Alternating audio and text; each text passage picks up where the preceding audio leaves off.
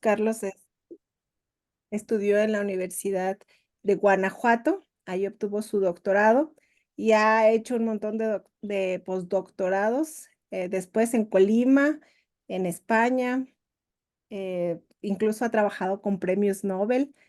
Él regresó a México y se integró a la Universidad de Guanajuato con una cátedra CONACYT y pues estamos bien contentos de que él haya aceptado darnos este seminario sobre Python y sobre lo que él hace.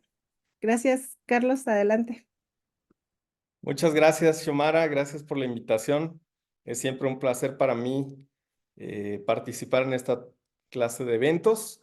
Y bueno, hoy les voy a hablar no tanto sobre lo que hago yo como investigación. Yo soy físico de partículas, pero también me encanta la docencia.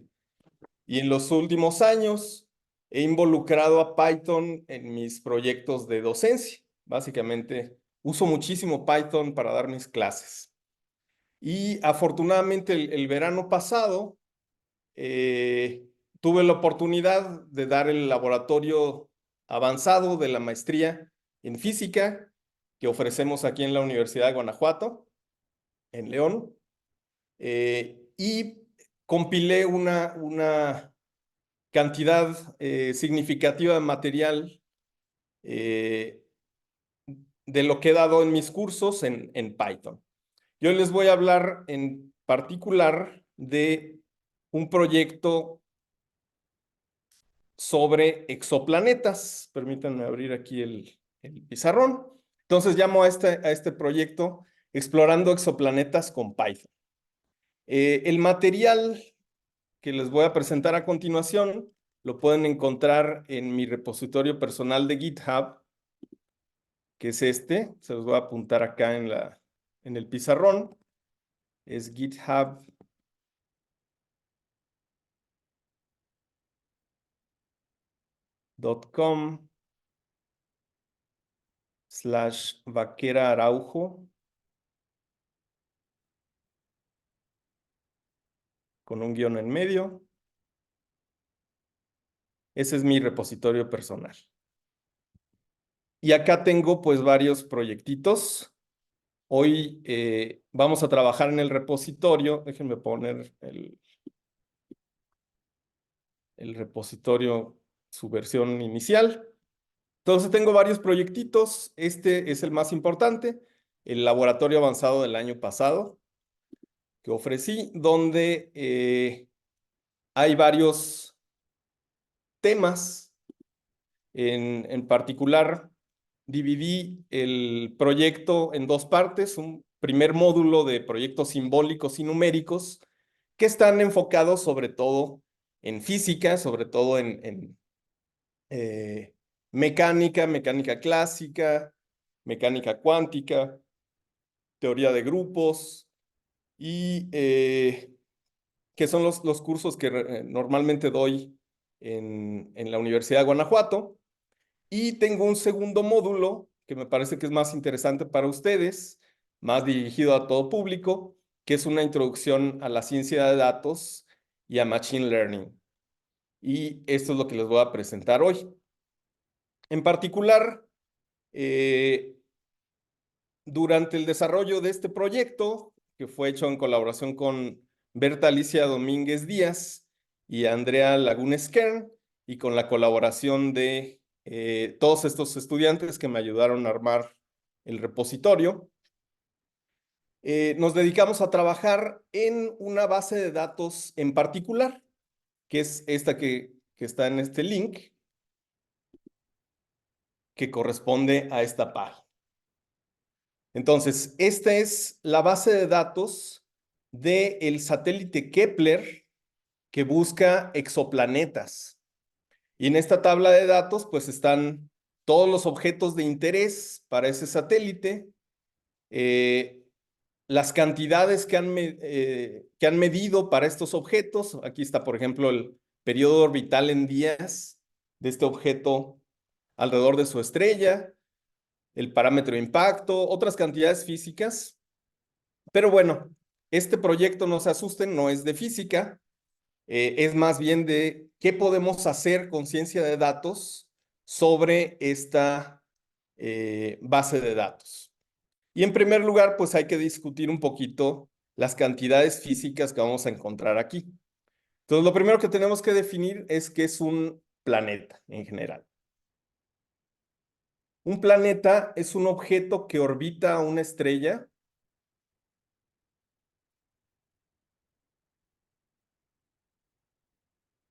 pero no es cualquier objeto. Necesita tener ciertas características. La primera característica es que el objeto tiene que ser lo suficientemente masivo como para que el colapso gravitacional del mismo objeto sobre sí mismo haga que el objeto se redondee. Entonces, si vemos en el cielo un objeto así de alargado, de inmediato podemos darnos cuenta de que no es un planeta. No tiene suficiente gravedad para redondearse. En cambio, si vemos un objeto más redondeado, no tiene que ser exactamente una esfera, puede clasificar como un planeta. Esa es la primera característica. Entonces, orbita una estrella y está redondeado por su propia gravedad.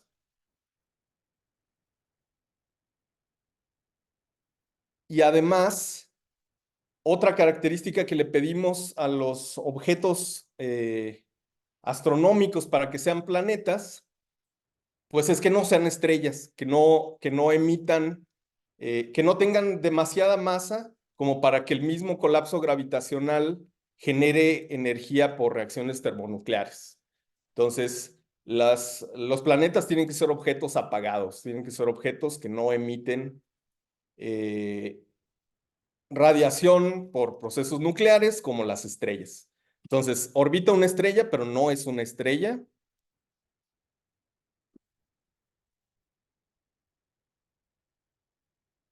Y la última característica que le pedimos a un planeta es que tenga suficiente gravedad también para limpiar su órbita.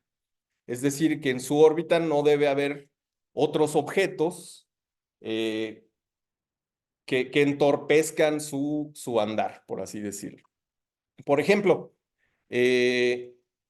Plutón dejó de ser clasificado como planeta justamente por esta característica. Plutón y su luna Caronte son más o menos del mismo tamaño.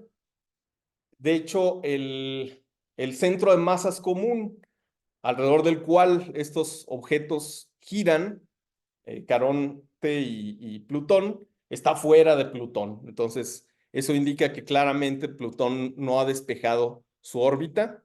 Lo mismo pasa con Ceres, por ejemplo, que está en el cinturón de asteroides entre Marte y Júpiter. Hay muchísimos objetos ahí, y entonces Ceres no puede ser clasificado como un planeta porque no ha limpiado su órbita. Entonces, para ser un planeta, un objeto tiene que tener una órbita limpia de otros objetos. ¿Qué significa limpia? Pues esa órbita puede incluir planetas, puede incluir lunas de cualquier tamaño, pero no demasiados objetos, ni lunas que compitan con el mismo tamaño del planeta. Y bueno, esto no es tan importante, pero eso es lo que intenta hacer justamente el satélite Kepler, identificar si un planeta es un planeta de verdad, si un objeto que gira alrededor de una estrella es un planeta o no. Y este satélite tiene esta base de datos tiene dos columnas que indican el análisis que se ha hecho sobre todos los objetos que han sido detectados por el satélite. En esta columna está el análisis hecho por el mismo satélite, usando los datos puros, donde simplemente se descartan los casos que no son planetas, que es lo que aquí denomina falso positivo. Y clasifica el resto de los objetos como posibles candidatos a ser planetas. Y esta columna es un análisis más sofisticado hecho por esta colaboración, el archivo de NASA de exoplanetas, donde se refina la categoría candidato y se analiza si el planeta es planeta o no. Y entonces, en este análisis más refinado hay tres categorías: planetas confirmados, planetas, objetos que son falsos positivos, que se clasificaron, que se midieron con el satélite, pero que no son planetas, y objetos sobre los cuales todavía no se determina si son o no planetas. Entonces, esta es una oportunidad magnífica para intentar reproducir estos resultados de una colaboración grande usando una herramienta tan sencilla como Python en nuestras propias casas, ¿no? Entonces, el objetivo del proyecto era verificar qué tan cerca puede estar una persona, un peatón de toda la vida, no experto en estos temas, usando simplemente Python para intentar reproducir esta clasificación hecha por una colaboración profesional. Y bueno, entonces, para eso vamos a jugar a ser Kepler, justamente, el personaje en honor al cual se ha llamado este satélite. Y para eso hay que hablar de qué leyes satisfacen el movimiento de estos planetas. Y esas leyes son las leyes de Kepler, que fueron enunciadas por Johannes Kepler entre 1609 y 1619. Y son tres. La primera es que los planetas tienen órbitas elípticas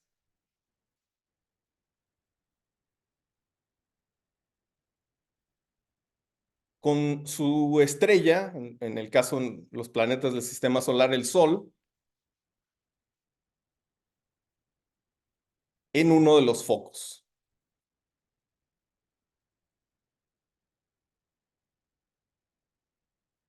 Y aquí me gustaría recalcar la genialidad del mismo Kepler, porque determinó a partir de los datos que obtuvo de las observaciones de Tycho Brahe este resultado, que es fantástico. Nos dice que mientras que la gente antes de Kepler se esforzaba por encontrar órbitas circulares de los planetas y fracasaba cada vez que hacía mejores mediciones, al abandonar Kepler el prejuicio de la perfección que deberían tener las órbitas esféricas, las órbitas circulares alrededor del Sol, encuentra que las órbitas de los planetas sobre los que tiene datos son de hecho elípticas, lo cual es un resultado increíble para este tiempo, porque Kepler básicamente no existía la geometría analítica, no había una forma de describir curvas con números, y eso es lo que tenía justamente Kepler: números de mediciones de la posición de las estrellas en el cielo en diferentes fechas, ¿no? Y la posición de los planetas en las mismas, ¿no? Entonces, Kepler tuvo que desarrollar sus propias técnicas artesanales para describir una órbita elíptica usando números antes de que existieran las matemáticas adecuadas para hacerlo. Increíble. Luego, la segunda ley de Kepler nos dice que la línea imaginaria que traza un planeta con respecto al Sol traza áreas iguales en tiempos iguales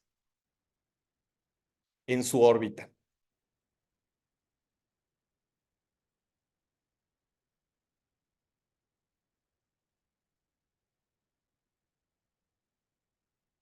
Otro resultado increíble para el tiempo de Kepler, porque tampoco existía el cálculo integral, que es el que nos permite definir áreas debajo de una curva. Entonces, de nuevo, Kepler tuvo que inventarse sus propias técnicas artesanales para estimar estas áreas, y más que eso, la velocidad de estas áreas en función del tiempo, y establecer que para los datos que tenía, estos planetas subtendían áreas iguales en tiempos iguales. Y la tercera ley de Kepler es un poquito más, es todavía más complicada que estas dos, es increíble. Esta ley nos relaciona el semieje mayor de la órbita, que es básicamente la máxima distancia entre puntos opuestos de la órbita, que voy a llamar A, y el periodo que le toma al planeta orbitar a su Sol. Y esta ley simplemente nos dice que el cuadrado del periodo es proporcional a el radio, mejor, al semieje mayor.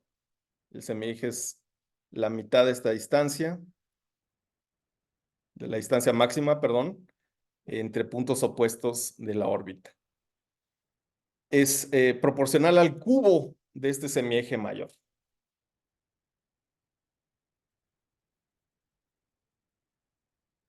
Este resultado también me parece increíble para el tiempo de Kepler, porque imagínense a Kepler calculando cuadrados y cubos y comparando esos números en sus datos, que además eran pues súper limitados porque tenía datos nada más de los planetas conocidos en la antigüedad, que eran Mercurio, Venus, Marte, Júpiter y Saturno. Tenía súper poca estadística y el tipo se pone a calcular cuadrados y cubos y seguramente potencias a la cuarta y a la quinta de todos los datos que tiene y se da cuenta de que hay una relación entre estos dos, que la razón entre estas dos cosas es constante. Genial. Y entonces, estas son algunas de las cosas que podemos hacer directamente sobre nuestra base de datos. Podemos jugar a hacer Kepler. ¿Por qué? Porque tenemos esta oportunidad única que les mencionaba antes. Kepler no tenía las herramientas, no tenía la geometría analítica ni el cálculo para determinar de manera única sus leyes, sino que tuvo que desarrollar sus técnicas para encontrarlas. Y eso mismo lo podemos hacer aquí. Eso mismo es lo que está haciendo esta colaboración. Entonces, no conocemos una fórmula cerrada sobre la cual podemos ingresar todos estos datos que medimos para que nos determine si el objeto en cuestión es un planeta o no. Todavía hay objetos de los cuales no podemos aseverar si son exoplanetas o no. Son estos candidatos en esta columna. Ya hay muchos objetos que son confirmados, ya hay muchos objetos que han sido descartados, pero sigue habiendo objetos que son candidatos como estos de aquí. Entonces todavía no tenemos una fórmula cerrada para determinar si un objeto es un exoplaneta o no. Hay que hacer nuestras propias técnicas para determinarlo. Y ahí es donde entra Python. Python es una herramienta maravillosa para sacar información de una base de datos como esta. Entonces, esta base de datos es pública. Permítanme mostrarles aquí. Aquí se puede descargar y además se pueden seleccionar varias columnas que no están seleccionadas por default. Por ejemplo, aquí tenemos la excentricidad de la órbita, podríamos incluirla, la inclinación, el semieje mayor de la órbita, por ejemplo, que yo voy a usar para verificar la tercera ley de Kepler para estos objetos. Y bueno, entonces, en el repositorio de GitHub, acá tengo varios notebooks de Jupyter, notebooks de Python que podemos correr directamente en Google Colab, por ejemplo, sin necesidad de instalar nada en nuestra computadora, simplemente con una conexión a Internet. donde hacemos varias cosas.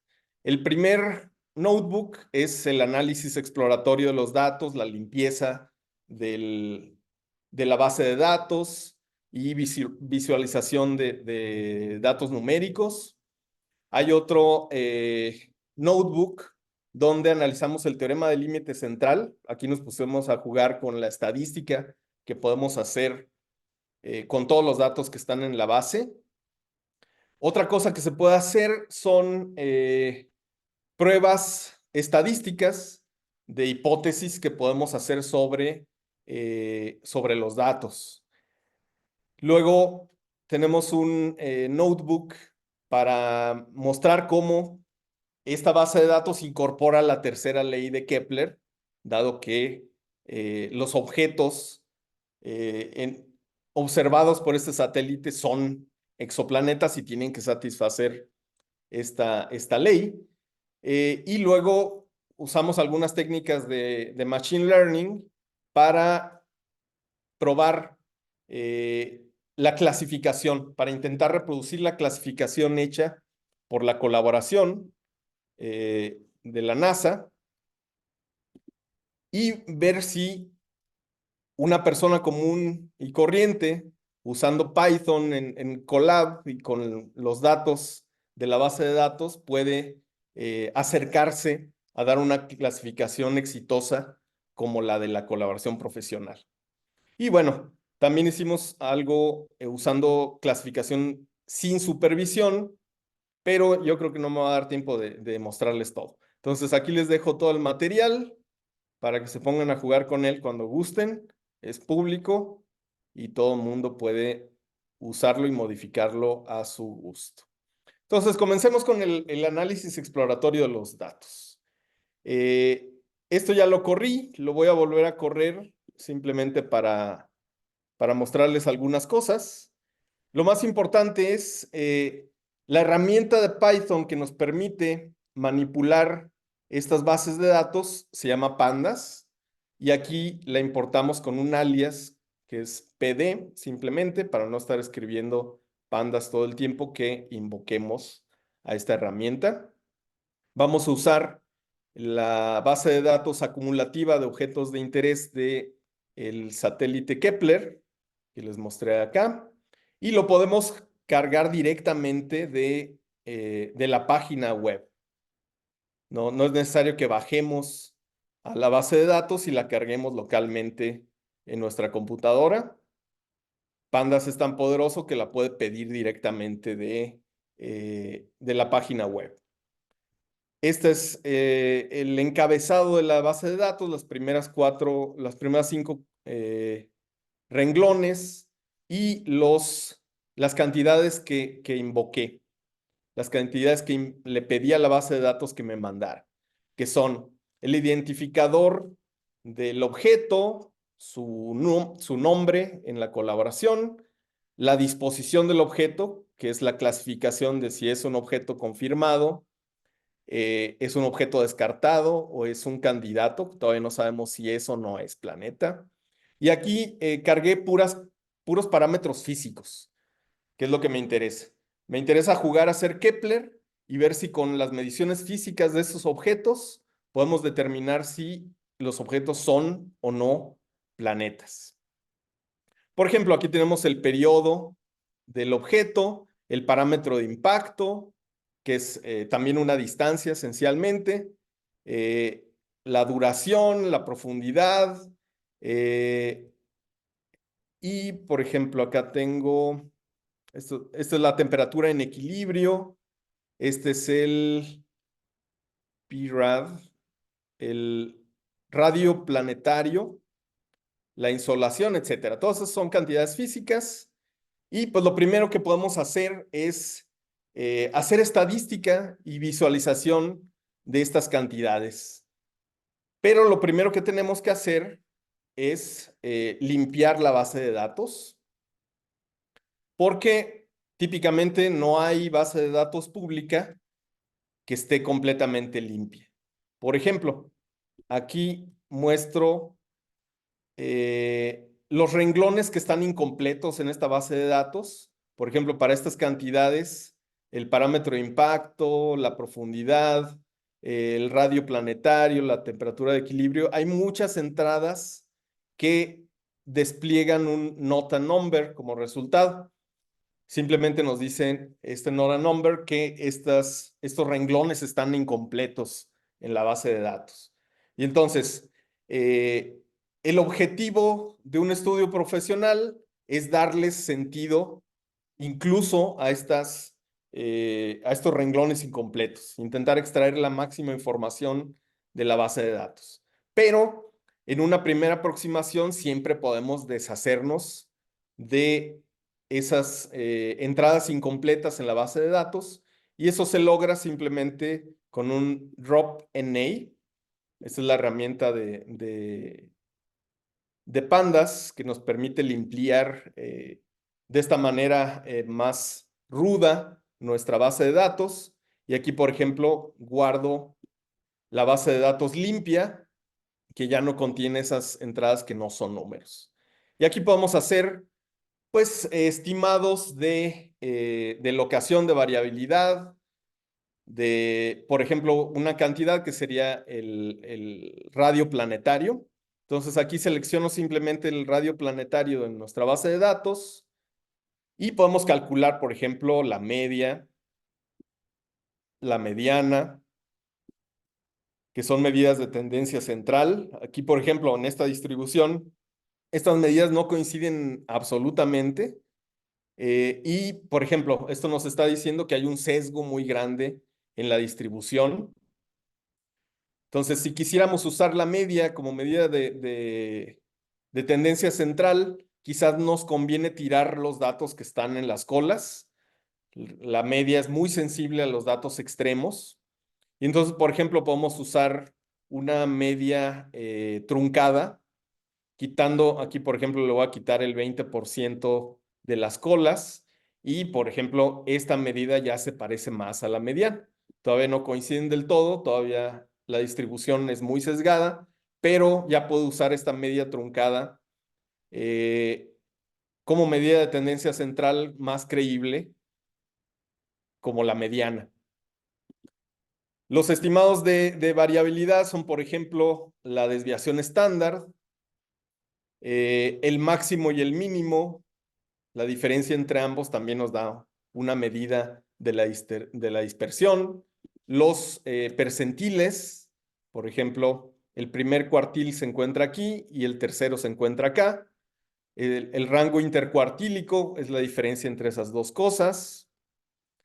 Y también podemos calcular otros momentos estadísticos más altos, como ay, se me fue la palabra, skew, lo acabo de decir. El sesgo y la kurtosis de las distribuciones. En particular, estos son los estadísticos que podemos calcular para el radio planetario de todos los objetos identificados en la base de datos. Una herramienta también muy útil cuando se hace un análisis pequeño con datos que están muy dispersos, por ejemplo, como estos, es hacer un filtrado de la base de datos. Aquí, por ejemplo, voy a tirar los datos que están en las colas de la distribución, eh, simplemente para enfocarnos en la parte de la distribución donde se presenta la mayor parte de los datos. Intentar extraer propiedades de la mayoría de los datos sin incluir los que están más a los extremos, que seguramente que nos van a modificar las medidas de tendencia central, pero que son tan poquitos datos que no vale la pena hacerles mucho caso. Aquí, por ejemplo, simplemente filtro quitando cierta cantidad de los valores extremos por arriba y por abajo y guardo todo en un data frame más pequeñito que solo contenga la mayoría de los datos. Entonces, por ejemplo, acá, una vez que cortamos los datos extremos, ya tengo una media truncada que coincide con la mediana, esencialmente, que es más robusta como medida de tendencia central sin tomar en cuenta los datos extremos. Lo que gano con esto, pues es que ahora mis estimados de variabilidad y de tendencia central los puedo usar como la desviación estándar y la media truncada. Y con esto puedo hacer pruebas estadísticas, por ejemplo. Y bueno, lo que me interesa mostrarles de este primer notebook es, por ejemplo, la visualización de datos que podemos llevar a cabo con este análisis. Entonces, aquí, por ejemplo, esta es una visualización de la distribución de los datos usando box plots, por ejemplo. Aquí está el rango intercuartílico, los objetos que están en las colas y la mediana, si no me equivoco. Podemos hacer tablas de frecuencias, podemos hacer histogramas, por ejemplo. Aquí separo el radio planetario en diferentes clases, dependiendo del tamaño y las frecuencias en las que aparecen estas clases en la base de datos. Podemos hacer algo más sofisticado, por ejemplo, intentar reconstruir la densidad de probabilidad en el límite infinitesimal de este histograma. Eso también se hace con un clic, con 4 líneas de código, así de sencillo, se hace todo en Python. Entonces, en primer lugar, Python es una calculadora de estadística súper poderosa. Por ejemplo, aquí ya no voy a evaluar todo para no perder tiempo, esto ya lo tengo preevaluado. Podemos analizar el teorema del límite central usando esta calculadora de estadísticos. De nuevo, hacemos la limpieza de los datos, el filtrado, etcétera. Y, por ejemplo, aquí hicimos una función que toma 100,000 muestras con reemplazo, es decir, una vez que se extraen los elementos para hacer una muestra, no se extraen para siempre, sino que se vuelven a incorporar los mismos números a la muestra original. De tamaño n, que calcula la media de cada muestra y guarda el valor de esta media en una lista.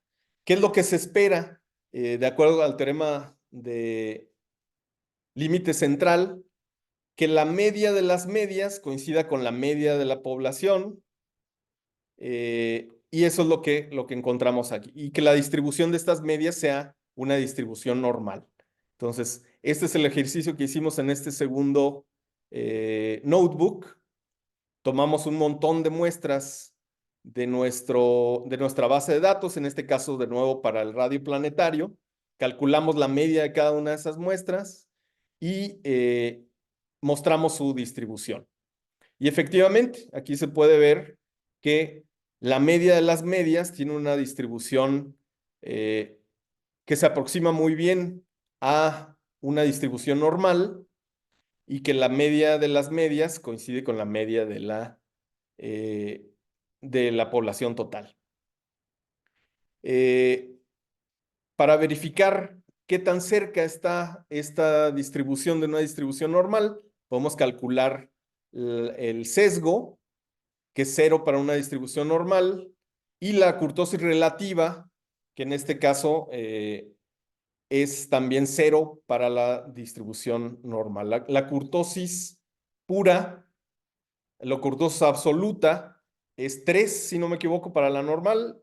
La relativa es justamente restarle ese 3. Y bueno, el error estándar, pues es la desviación estándar de esta distribución, que en este caso coincide con el estimado de esta cantidad, que puede ser inferido por la desviación estándar de una población y del tamaño de la muestra. Esa estimación es el error estándar es igual a la desviación estándar de la población sobre la raíz cuadrada de del tamaño de la muestra, que en este caso fue el 20% de la población total. Entonces, como pueden ver, efectivamente, con Python podemos determinar el teorema del límite central en particular para esta cantidad, pero para todo. Este es un primer ejercicio estadístico que podemos llevar a cabo con los datos en nuestra base de datos. Muy sencillito. Lo que haríamos en un curso de estadística, en un primer curso de estadística, con cualquier base de datos. La diferencia es que Python nos permite hacer un montón de operaciones en un periodo muy corto de tiempo. Otra cosa que podemos hacer es, en primera instancia, analizar qué tan bueno es el análisis que han hecho la colaboración para determinar si los objetos son planetas, candidatos o no son planetas. Entonces, por ejemplo, en este tercer notebook hicimos un análisis de esas variables categóricas que son positivo, falso positivo y candidato. No, confirmado, falso positivo y candidato. Y entonces lo que hicimos fue, después de la limpieza de los datos, es analizar cómo son estas variables categóricas, cómo son los objetos que pertenecen a estas tres categorías.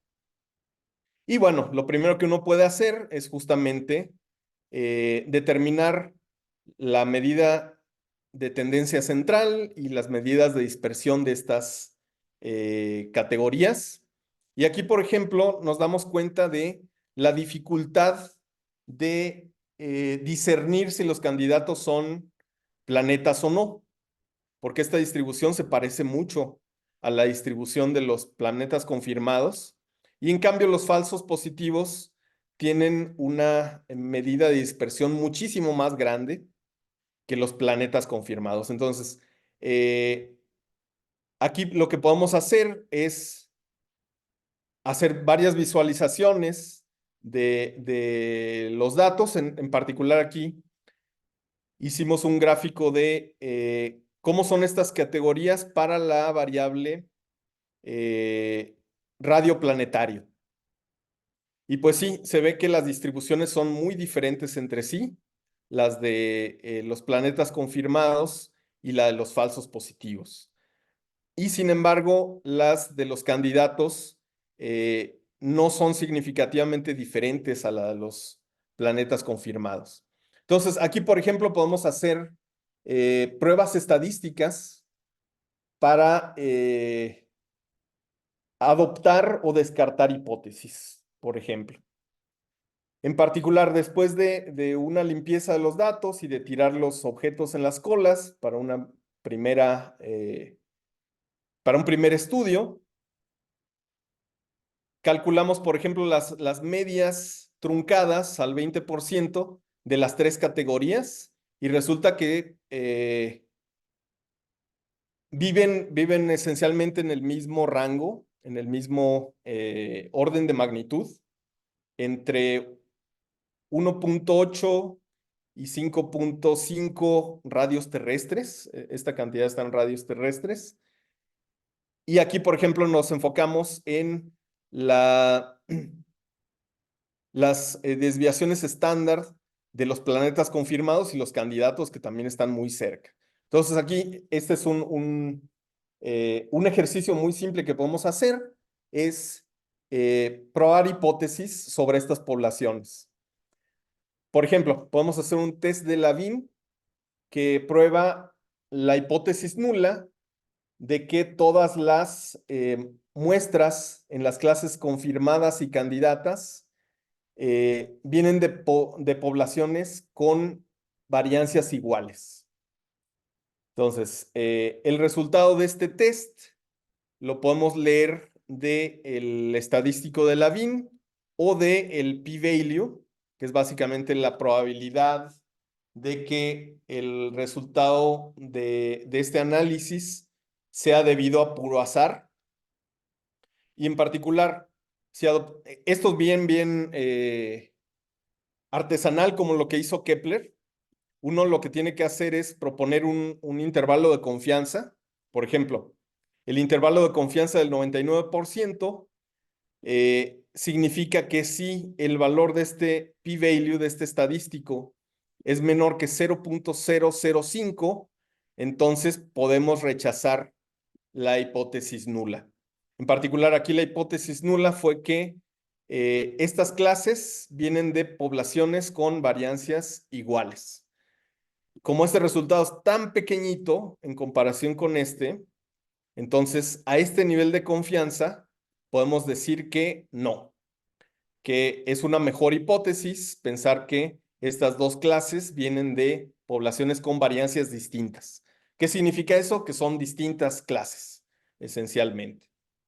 Entonces, el hecho de que este resultado sea tan pequeñito, nos dice mucho sobre lo bien que ha hecho esta colaboración para intentar desentrañar a los planetas confirmados de la clase candidatos.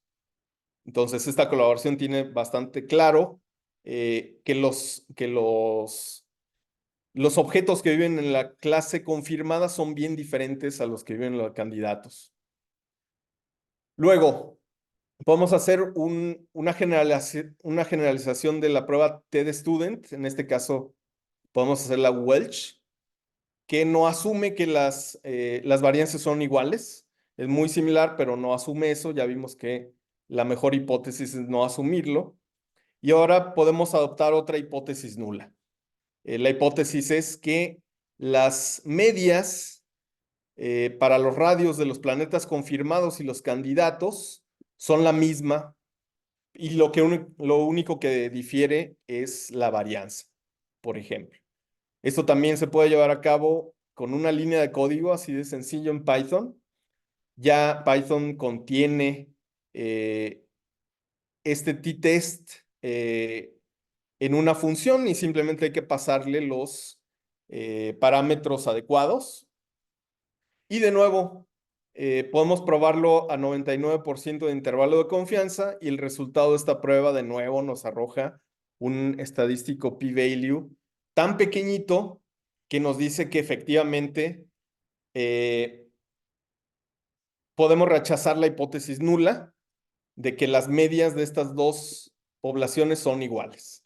Entonces, de nuevo, es simplemente un reflejo de lo bien que ha hecho esta colaboración para desentrañar ambas, eh, ambas clases.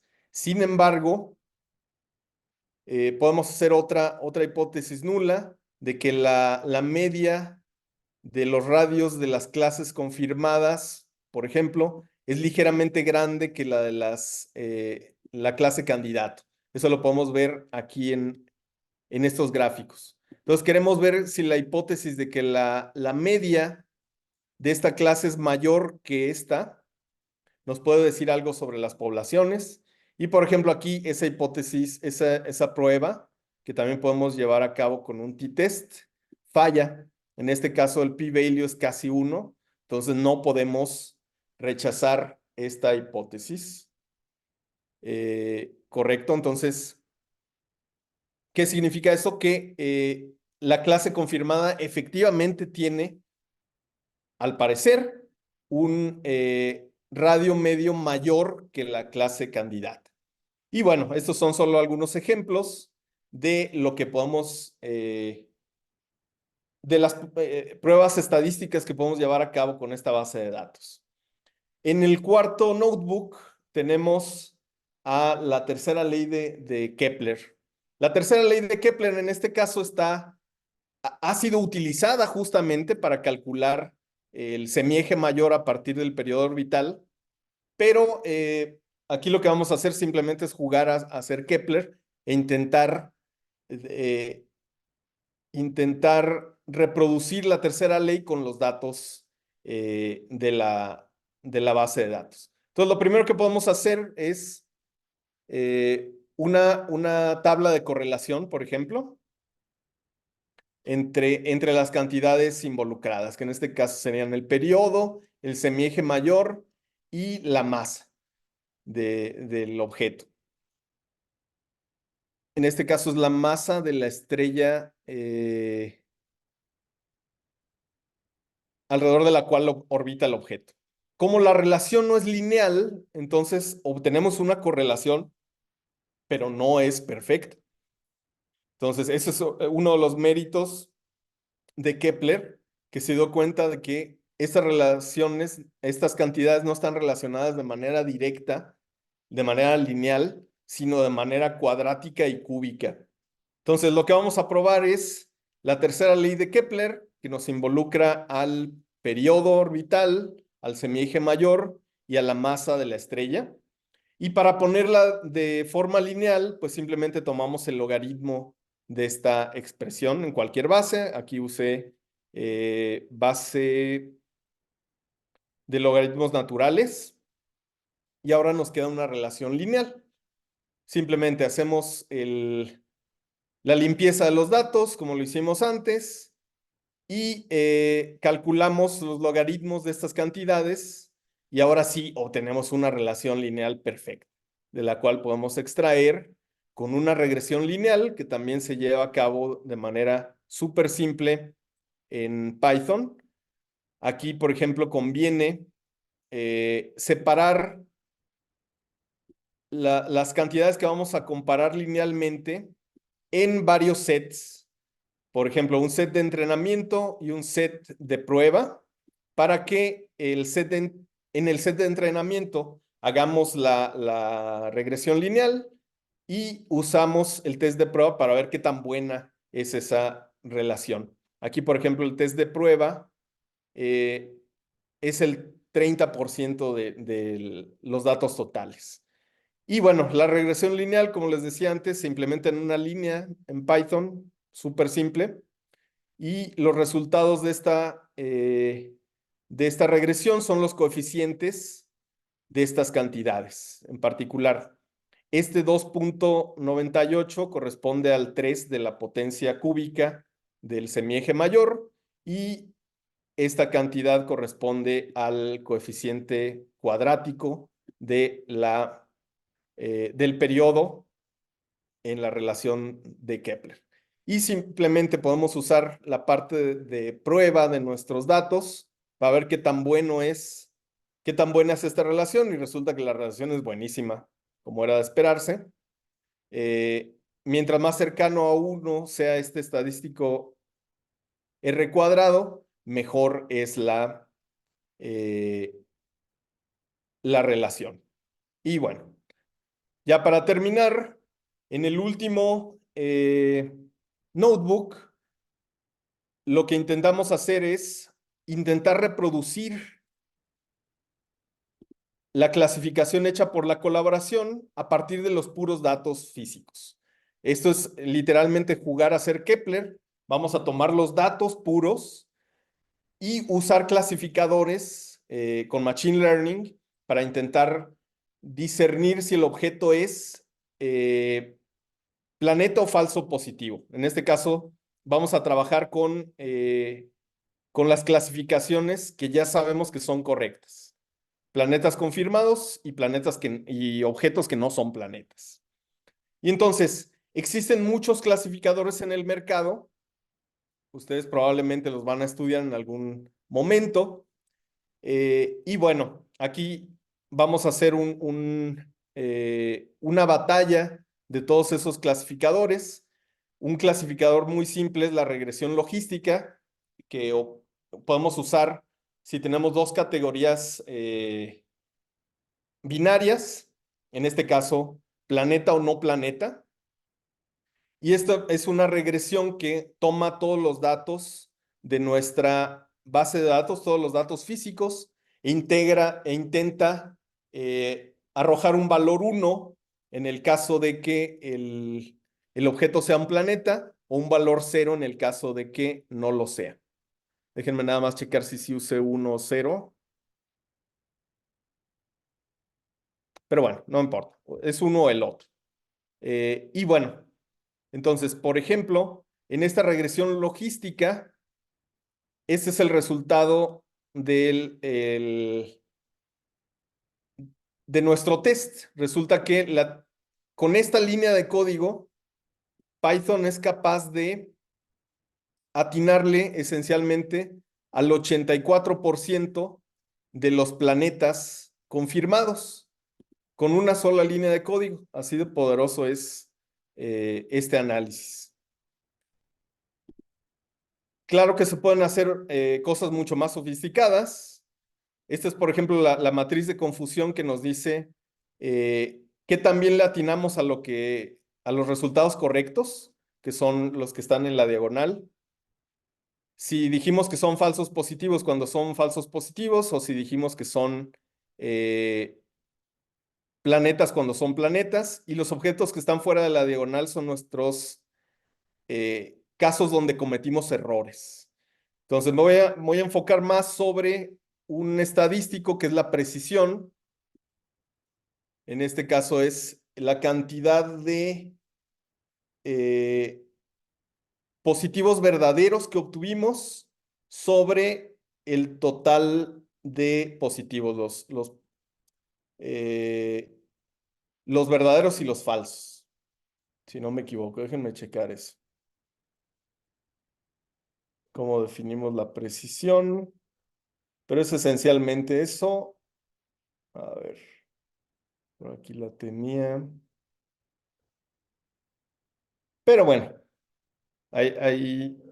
entonces nos vamos a enfocar en ese estadístico que podemos utilizar y podemos hacer regresiones lineales regresiones logísticas más sofisticadas usando polinomios de mayor orden, por ejemplo, y vamos a ir reduciendo nuestros errores de tipo 1 y de tipo 2.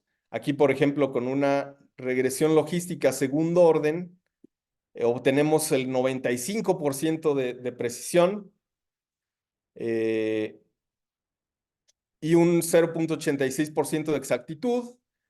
Luego podemos hacer regresiones a mayor orden. Va a llegar a un punto donde no vamos a mejorar mucho, sino que vamos a hacer overfitting, por ejemplo. Este es el caso ya con tercer orden. Pero seguimos, en este caso, disminuyendo. No, con cuarto orden, perdón. A tercer orden todavía tenemos una mejora de nuestra precisión y nuestra exactitud. Aquí usamos otro clasificador que es el naive Bayes, por ejemplo. También se implementa salido de caja del Python con una sola línea. Y en este caso obtuvimos una precisión excelente del 0.97 y una exactitud un poco más mala que la de la regresión lineal a segundo orden. Otro clasificador, por ejemplo, es el descenso estocástico del gradiente. De nuevo, salido de caja de Python, lo podemos invocar con una sola línea y esto nos da una clasificación. Los estadísticos de precisión y exactitud para esta son 0.9 y 0.84, que son muy, muy buenos para hacer algo literalmente salido de caja de Python. No le modificamos nada. Otro clasificador muy popular, las máquinas de soporte vectorial, otra vez salidas de la caja, implementadas a este problema, nos dan una precisión y una exactitud de 0.93, 0.86, buenísimo. Estamos cometiendo pocos errores. Y hay otros clasificadores, por ejemplo, el árbol de decisión, y que nos da estos resultados buenísimos. Y varios árboles de decisión implementados simultáneamente. Eso se le conoce como el bosque aleatorio, que también nos arroja resultados excelentes. Y por último, implementamos también redes neuronales. Este es un Multilayer Perceptron Classifier, por ejemplo. De nuevo, salido de la caja con muy poco muy pocos parámetros que le pusimos nos dan un resultado muy bueno. Y ya por último, implementamos también una red neuronal artificial muy chiquita. Este caso tiene 3 capas con 1, 6 y 32 neuronas con diferentes activaciones. Aquí nos pusimos a jugar con ReLU y sigmoides y este nos dio un resultado mucho mejor que todos los demás. Por supuesto, porque es un poquito más complejo y porque todos los demás los metimos directamente sacados de la caja. Pero miren, miren la precisión y la exactitud con la que podemos reproducir los resultados de una colaboración profesional usando simplemente Python salido de la caja esencialmente desde Google Colab. Y bueno, con esos resultados termino y los exhorto a que pues, se pongan a jugar con esta base de datos que es excelente para aprender, porque las cosas en esa base de datos están tan bien trabajadas que todo sale muy bien. O sea, pueden obtener unas correlaciones lineales exactas, por ejemplo, en el caso de la tercera ley de Kepler, y pueden usar los resultados de estos clasificadores para en el futuro determinar la naturaleza de los objetos que son candidatos. Muy bien, pues muchas gracias. Eso es todo lo que les quería platicar por hoy. Y aquí les dejo el material para que lo utilicen como mejor les convenga. Profe, lo va a colocar por acá por el chat. Sí, muy bien. Aquí Muchas lo gracias. correcto. Muchas gracias, Carlos. Ya creo que todos queremos aprender más Python ahora. Al menos yo ya quiero aprender Python. Después de ver todo lo que puedes hacer y que parece que no está tan complicado. Sí, sí, a comparación de otros lenguajes de programación, Python es súper amigable. Está muy bien documentado además. Entonces, si ustedes buscan cada una de estas funciones, por ejemplo, el random forest, por ejemplo. Simplemente se busca en Google y aquí está toda la documentación. ¿Qué es lo que hace esta función? ¿Cuáles son los parámetros que hay que meterle a esta función? Todo lo que se le puede modificar. Y lo mejor de todo es que no hace falta saber sobre la mayoría de estas cosas. O sea, la versión de esta función que por default eh, tiene los parámetros puestos por el mismo Sklearn de Python, es buenísima en este caso. O sea, aquí no le tuvimos que modificar nada. Le pusimos ahí nada más dos de los muchos parámetros que se pueden modificar y son simplemente el número de estimadores y el tamaño y una raíz para el número aleatorio y con eso nos dio una clasificación. Uno puede meterle más parámetros a este objeto y obtener mejores resultados para la predicción, por ejemplo.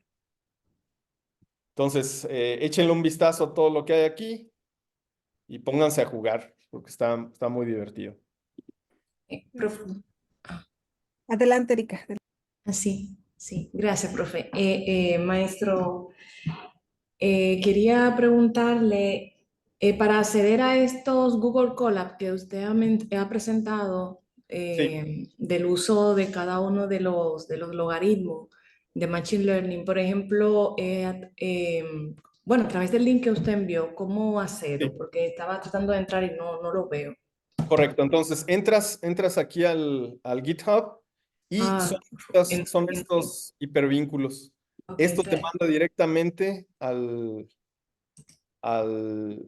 notebook y aquí lo descargas a tu computadora. Lo descargas, por ejemplo, en este caso yo lo descargué a mi desktop y luego me puedo ir a mi Google Drive. Eh, Aquí hay siempre una carpeta de Google Colab. Si no existe esa carpeta, pues hay que crearla. Hay que entrar a Colab. No me gusta mucho el formato que tiene Colab para abrir las cosas. A mí me gusta más abrirlas directamente desde Drive. Pero el punto es ese. Una vez que uno abre Colab y empieza a usarlo, automáticamente se crea un Colab Notebooks en el Drive. Y aquí simplemente copias el notebook que bajaste del GitHub, Ujú. lo arrastras y ya está aquí.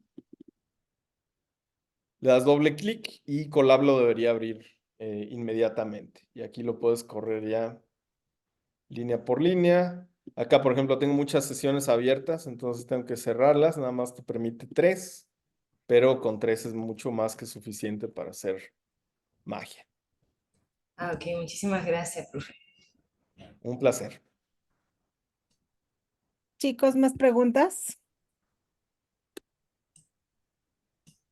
Bueno, en lo que alguien se anima, quería platicarte un poquito que estamos haciendo este diplomado y hay muchísima gente extranjera. Por ejemplo, Erika es de República Dominicana, que te acaba de Sí. preguntar ahorita.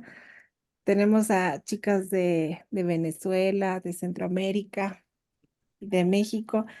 Entonces, creo que les abriste un panorama sobre muchas cosas que se pueden hacer en Python.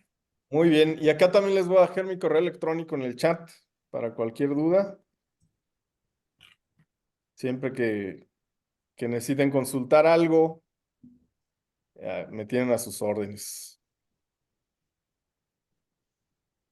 ¿Más preguntas, chicos?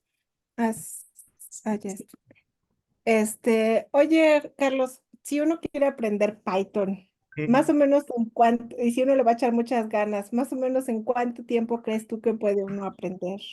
Pues hay que irse poquito a poco, o sea, hay que Ajá. ponerse proyectos sencillos y esos proyectos eventualmente te llevan a resultados más ambiciosos.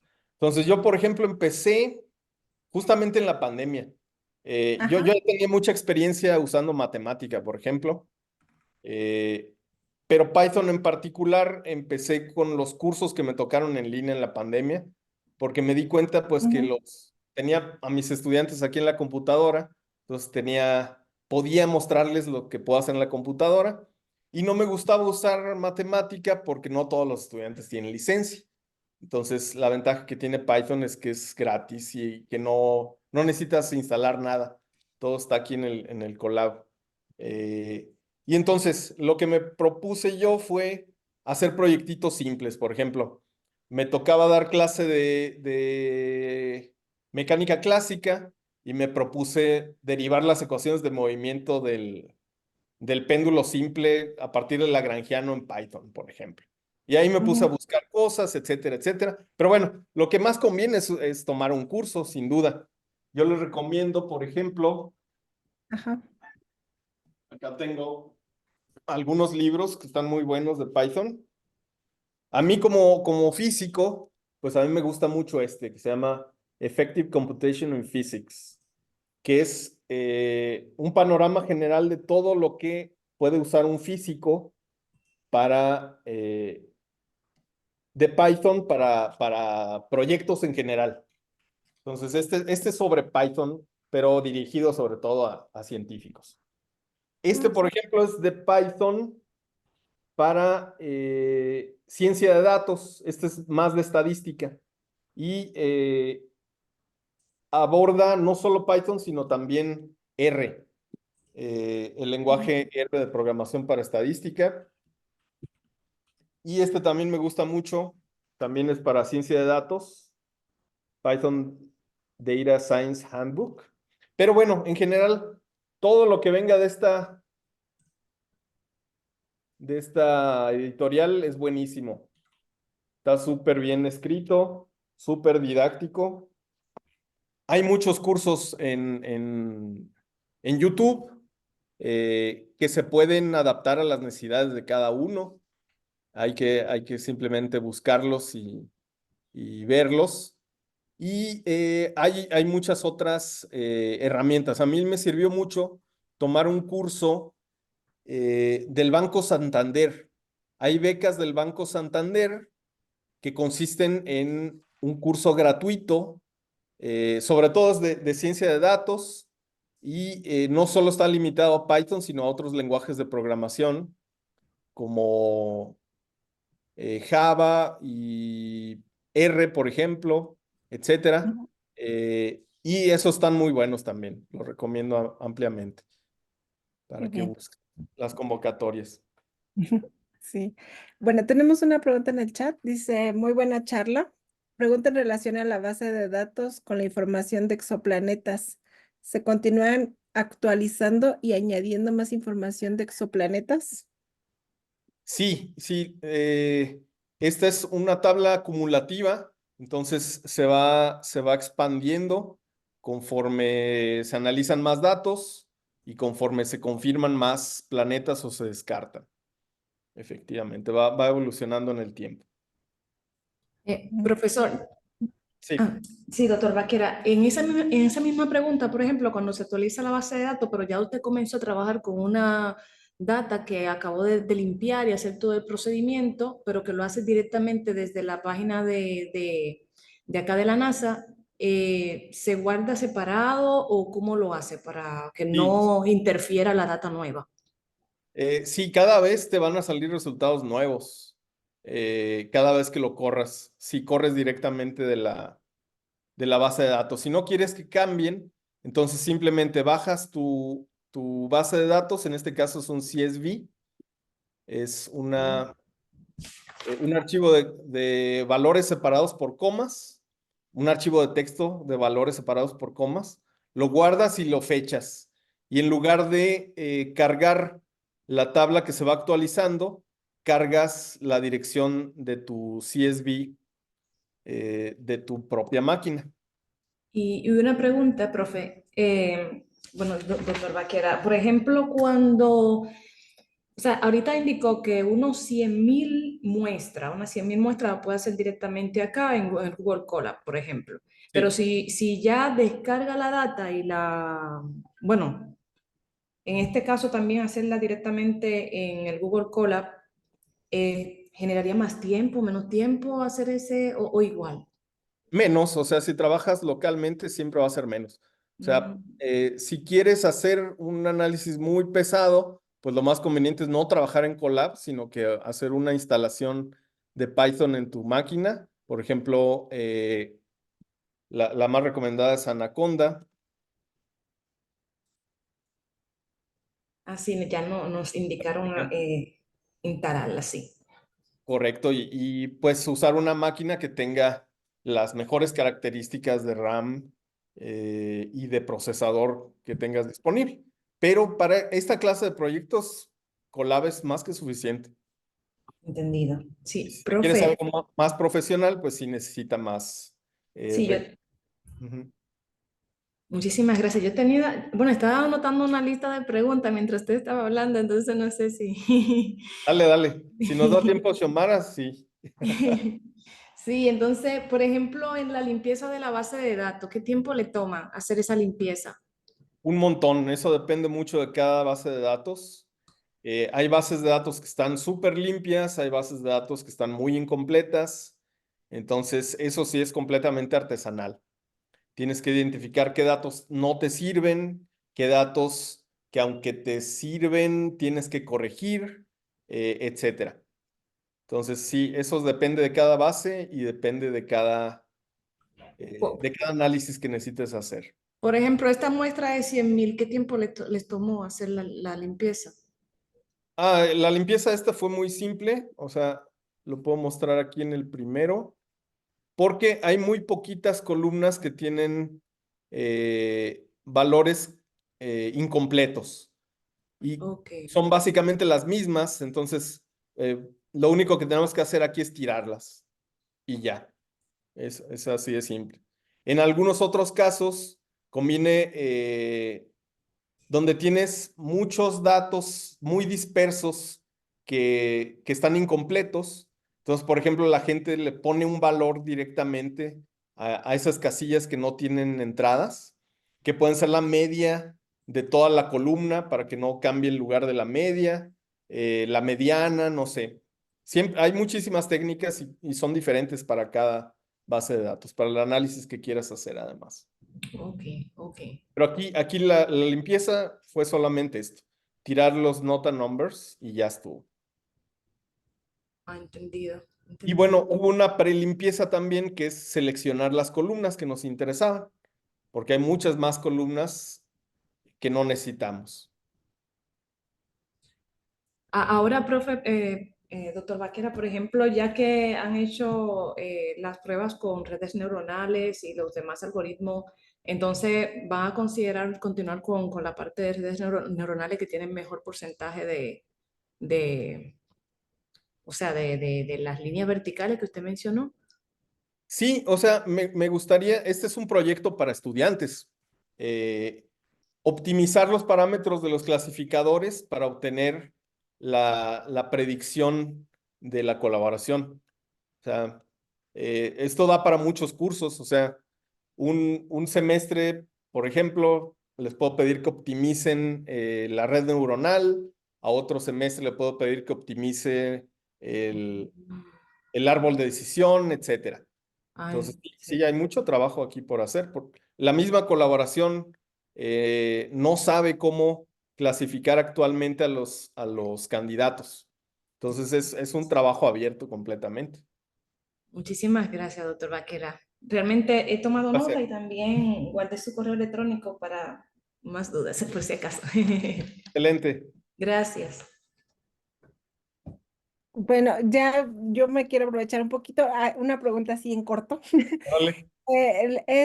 ¿Este Python también tiene algún paquete como para hacer tensores y multiplicaciones, así como de reglas de Feynman y eso, o no? No tan sofisticado, pero sí se puede construir. O sea, por ejemplo, acá en los proyectos simbólicos, Ujú. acá tengo, por ejemplo, una calculadora de coeficientes de Clebsch-Gordan, por ejemplo, donde haces eso justamente, productos tensoriales. Ajá. Entonces, por ejemplo, en esta calculadora le das, dame la suma de eh, triplete con triplete, suma de momento angular de triplete con triplete, y estos son los coeficientes de Clebsch-Gordan. También puedes manipular índices tensoriales, por ejemplo. Eso lo tengo acá en Equations of Motion. Acá tengo un notebook donde calculas las ecuaciones de Maxwell a partir de el lagrangiano de Maxwell. Entonces, por ejemplo, este es el lagrangiano de Maxwell, menos Ujú. un cuarto FM1, FM1, menos la corriente por el potencial vectorial.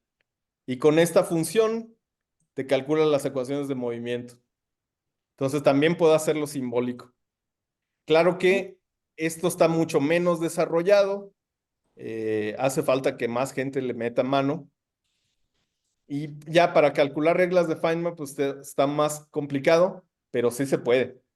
Nada más que falta trabajo. No está tan desarrollado como, por ejemplo, LANHEP.